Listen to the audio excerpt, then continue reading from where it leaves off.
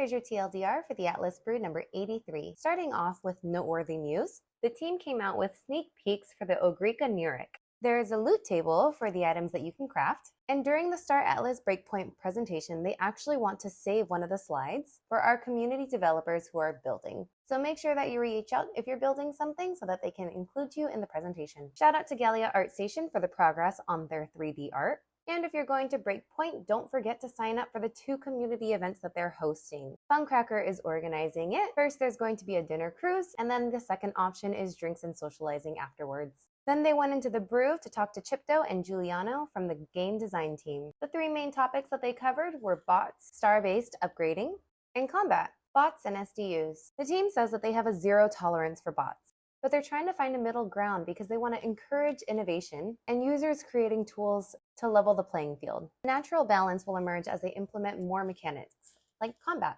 star-based upgrading, and the progression system. For star-based upgrading, they're going to start a new game ID. So when star-based comes, you're going to have to move all your ships and your assets from Sage Labs to the CSS and then transfer it to the new game ID. There will be 17 star systems still, but you're going to be starting out with just the CSS and Tier 0 starbases. You'll be allowed to dock, but you won't be able to craft. You have to first deposit the materials to upgrade the starbase. Once you upgrade the tiers, then additional recipes will be included that you can craft at that starbase. It'll be a race to see which faction populates the 17 star systems the fastest. When you help to upgrade your faction's starbase, you will earn loyalty points, or LP. You can allocate your LP for that day to earn Atlas, or you can redeem something at the LP rewards store.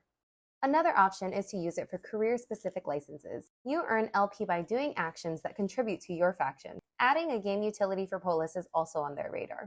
There's nothing official yet because they're focusing on the core mechanics. Combat. Once Starbased is released, they're going to want combat to come next, so they actually have a team of people working on combat right now. The latest idea of combat is called ABC, action-based combat, where one attack is one transaction. You can attack, the other player can retaliate, and there's also a possibility that both of you are destroyed. They want it to be in the moment and at that location, not where you have to join a lobby and invite somebody to fight you. You can move around, see other fleets, and choose to attack them, and then they can follow you. If your ships get destroyed, you will lose your cargo, your time, and you're going to need toolkits to repair your ship. A percentage of cargo is burned, and the rest of it will be floating in space for others to pick up.